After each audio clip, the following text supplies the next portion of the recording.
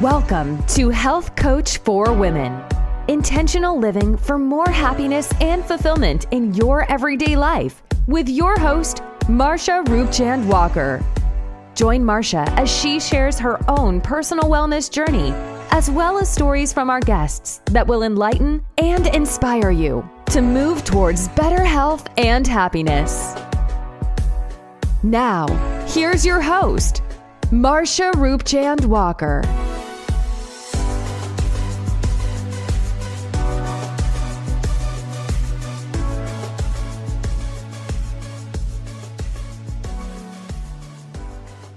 Hi, and welcome to today's episode. Today, I have a lovely guest with me, Tameeka Ford, who is a breathwork practitioner. Did I get that right? Mm-hmm. Great. Okay. I want to make sure I introduce you correctly here. So what I love about Tameeka is that at her wellness center, which I know I'm going into it too far yet, but I actually had the chance to go to your wellness boutique where I used to do my breath work and meditation when I was taking care of my mom. So it was very helpful for me. And I enjoyed it. Unfortunately, I got married and relocated to Ohio, so I couldn't be there, but it was very helpful. So first, tell us what you do. I introduce you as, breathwork practitioner, but tell us what you do and how you got started. Greetings. Thank you for having me, Marsha. I am You're quite welcome. a integrative, holistic wellness practitioner, and I began my journey of really committing to cultivating a practice of taking care of myself because I experienced some very intense health issues. And I had these health issues for a number of years, but they were undiagnosed. And so, or misdiagnosed. Right. And I often struggled with lots of physical pain in my reproductive area, but they just couldn't figure out what was wrong with me. And finally, I was diagnosed with fibroids, and that was a whole shift. Wow, like myself, I had it too. Yeah, a whole lifestyle change. And Right. from the simplest thing, from not drinking water out of a plastic bottle to shifting from dark chocolate, from chocolate to dark chocolate, and just being very intentional about how I was living my life, being intentional about what I was consuming in my life. And at some point, all of that practice kind of fell at the wayside because I was working. I was a program director, social worker, and I ran 11 different youth programs with 150 staff people. Wow. $4 million budget, in low income communities. And I was serving them before I was serving myself. And so each day I would get up and grind to make sure that Black and brown children and families had the very best that they could have. But it was chipping away at me. And my practices were falling at the wayside. And then I became pregnant, which was an amazing thing. And shortly after becoming pregnant, I lost the baby. And oh, wow. Yeah, and that was I didn't even know that. Oh, yeah, that was I didn't even know that. But here's the thing. I took a couple of days off, maybe a week or two. And then, I pulled myself back up by my bootstraps and said, they need me, so I have to go. And I spent no time processing how I was feeling. And my illnesses manifest into some kind of physical something, right? And so when I go to the doctor, they can't identify it because it's emotional, but it just coming out in the form of a physical ailment. And so I went back to work and continued grinding. And then almost a year later, I had the same exact experience. You too? Oh my gosh. We have some similarities. The same exact experience. And, I took some time off. I went to fertility therapy. Who even knows fertility therapy exists? And I used to be a therapist. Right. So in fertility therapy, I learned a lot of stuff about me. But I returned to work shortly after. I did the same exact thing that I did the first time. So what I was doing was continuing the habits that kept me in a place of suffering. You know what I'm saying? Right. And so I went to work and I sat at my desk because I'm the big cheese. I'm the signature. I'm the authorizer. And in between authorizing and talking and supervising, I sat at my desk for 6 hours and I cried. In between signing everything that needed to be authorized. And I called my supervisor and said, I can't do this anymore. And she said, well, take Family Medical Leave Act. And I did. And they didn't honor me, because I was the authorized person, the mover and the shaker. Women, which I think hurt me even more, women, my supervisors, they couldn't make a move without me. And so they kept calling me. And every time they called, I would just fall into 1,000 pieces because I was that unstable. And my phone, I didn't use my phone a lot during that time. But when I did, if I was having a good day, I would say, let me call and check up on my staff, I'll make sure that they're okay. And then I look at my phone and there's a message, I listen to a message or something happens or a text and I'm just out in 1,000 pieces. And so finally, when I was due to return, they were just like, so we want to know, are you coming back or not? And I was just like, no, I can't serve you and serve me. So for the first time in forever, I'm going to choose me. And I left my job that I was on for 17 years. Wow. My 6-figure job, because people were just like, you can't leave that. That's my gosh. Same here. Same here. The same exact thing. Same thing. And so I had to put my faith into action. That's right. I wanted to break these habits that were allowing me to stay in this perpetual place of suffering because I was suffering, right? Yes. And so my girlfriend said to me, Money Magazine was talking about mental health. And so she said, I know you don't like people to be in your business, but I think you have a message that you can share with other women. And so you should explore this. So I did, and they accepted my story. And so, it's a young guy on the phone, a young white guy on the phone. And he says, you left your 6-figure job. So what do you do? And at that time, I had no idea what I was going to do because I was just in a state of healing. I was searching for my healing. That was it. But when he hung up the phone. That's priceless. I know, right? When he hung up the phone, I had to call him back and say thank you to him because he asked the right question. And he said, what are you going to do now? And I'm just like, I don't know. But as soon as I put the phone down, Spirit said to me, of course you know what you're going to do. You're going to share your story with other women and you're going to create a space for women to find their healing and connect to themselves. So I called him back and thanked him. They did the article. And that was the birth of EmergeSoul, which is now moving into being 4 years. Wow. That is beautiful. See, I never knew. See, we never talked that deep when I came in. We had few words, I had some tea and, but we never really had time to really talk, and hearing that, it's like, wow, it's similar. For me, I had my fibroids and I had the UFE procedure done and I was fine for a whole year. And then a year later it came back, but it wasn't the fibroids. I think it was my hormones. They say for people who are older, you go through hormonal changes and everything like that. So I had to go again and have another procedure done, right? Where they actually, what is it called? The endometrial ablation, where they burn the uterine lining. So I've been fine ever since. But the things that I know now, I wish I knew then. And like you said, you have to do something that's serving to you. Now, serving your community, all of that is great, right? But at what cost? At what cost? At the cost of your health? When they were only concerned about you signing off on documents and, and the money and then stuff like that to keep their business going. Well, what about to keep you going? So you made that decision to say, you know what, this is it.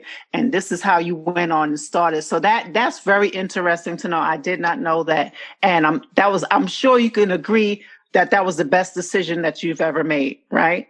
It was the best decision I ever made for myself. Yes. Because I am the person who makes sure everyone is good, and then think about me. And that was the big moment in this is like, girl, you can't serve from an empty basket, empty cup. So you got to fill your basket every day. And then you go out and you serve. And I mean, it's very intentional for me now, having had that experience. So like, even when I'm cooking, for my husband or doing anything for him, I make sure that I am full before, I'm doing anything to serve him, so that he's getting the abundance of me, not the scarcity part of me.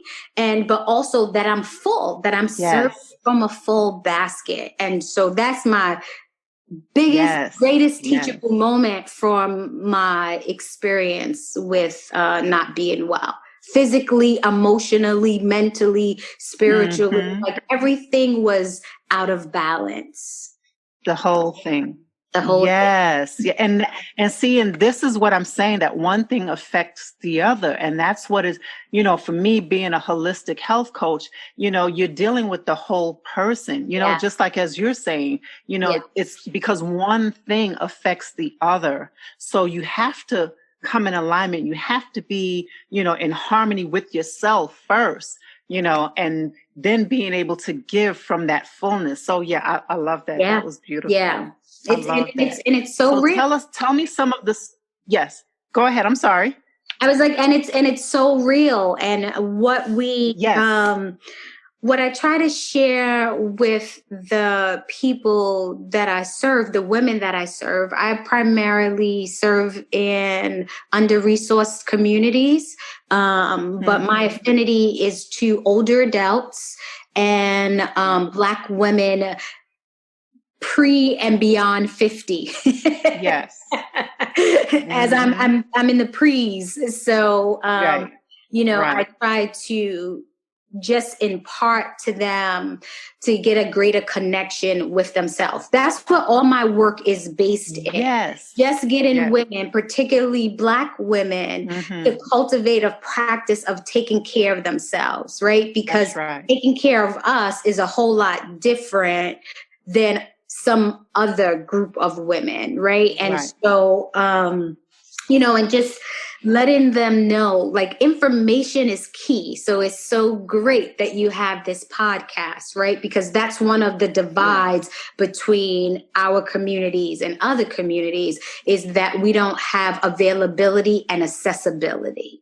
And so in my work, my goal is to make sure that these ancient practices, which belong, in our culture, that they are available and accessible, and not something foreign that doesn't, we don't do that. That's white people's stuff. Or we don't do that. That's, these people's stuff. No, it's a collective consciousness, and it all belongs to all of us.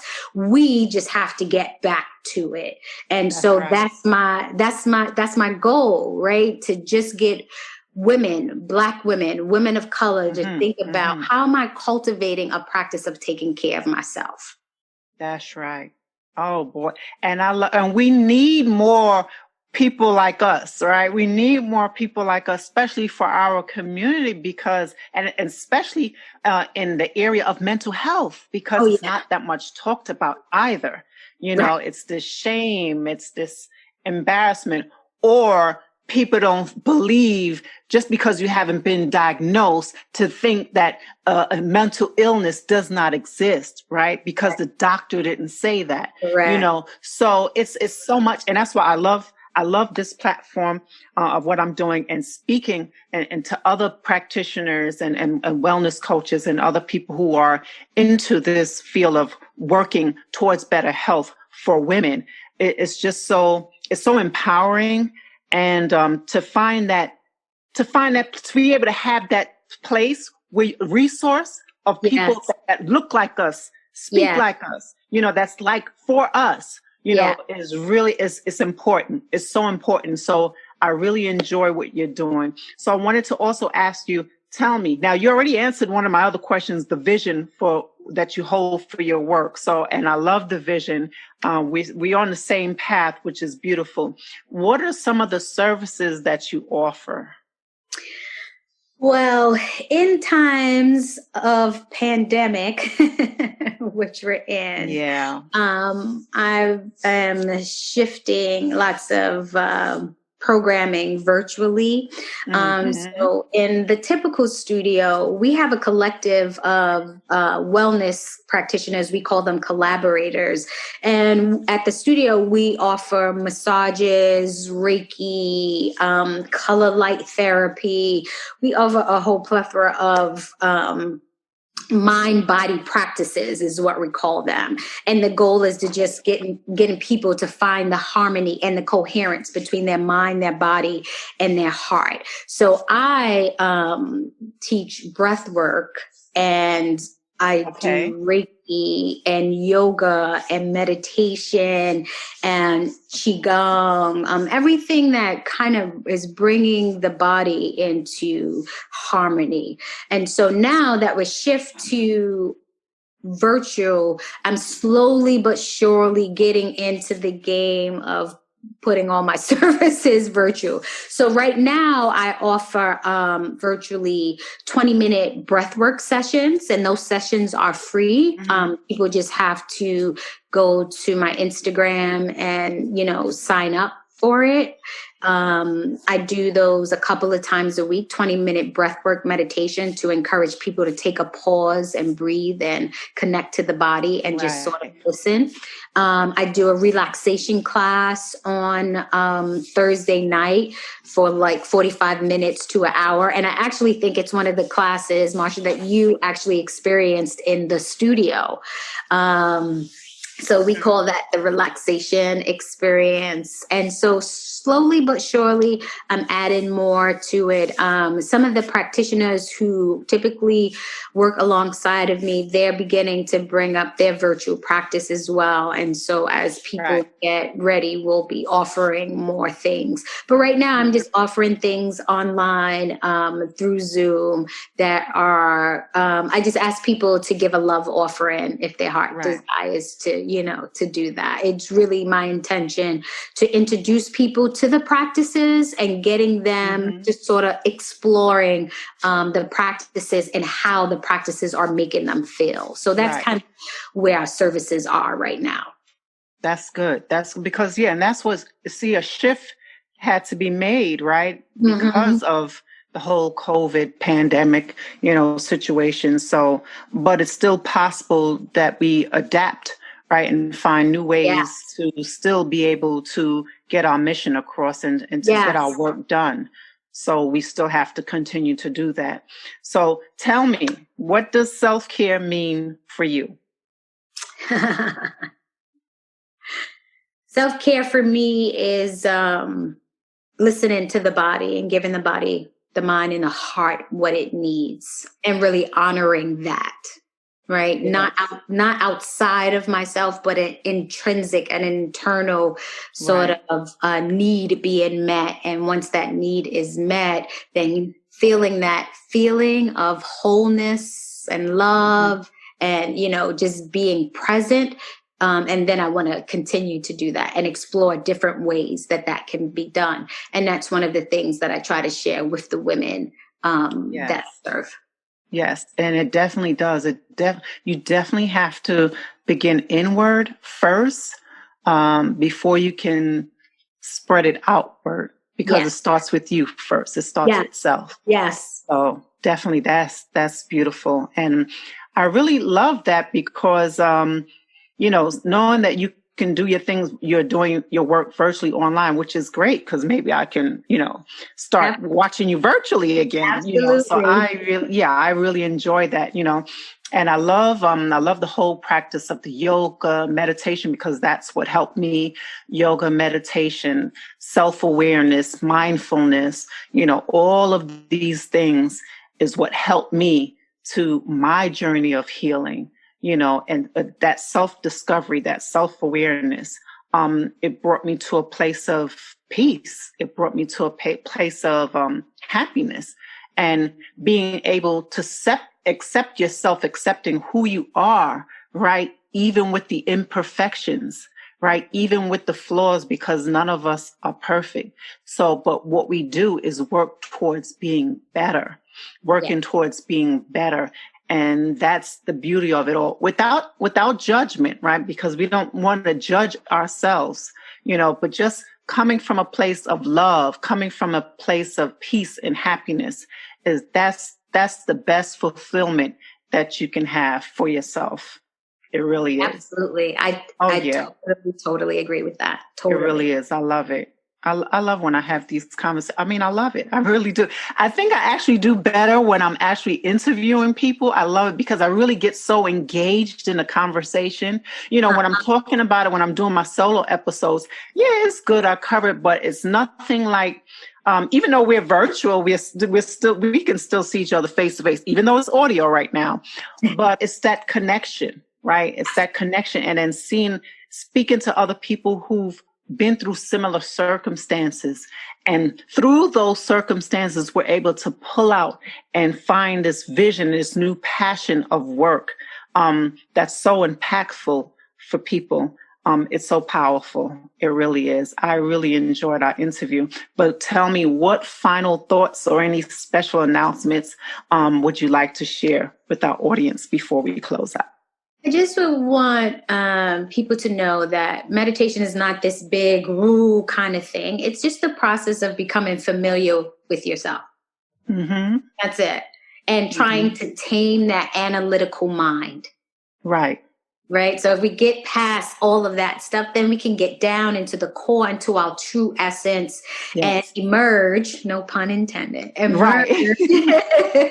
into who into our divine self, right? And so I'm on this mission to increase the vibration of love, on the planet, but particularly in my community, in communities that look like me, in communities with women who are experiencing things that I have experienced, and some things that I haven't, but they need a platform. They need a place, a space, be it virtual now, to just let go and be, I'm on a mission to create those spaces. And so right now I'm in the woods trying to design my sacred meditation space and healing space for women to come and visit and to rest. Beautiful.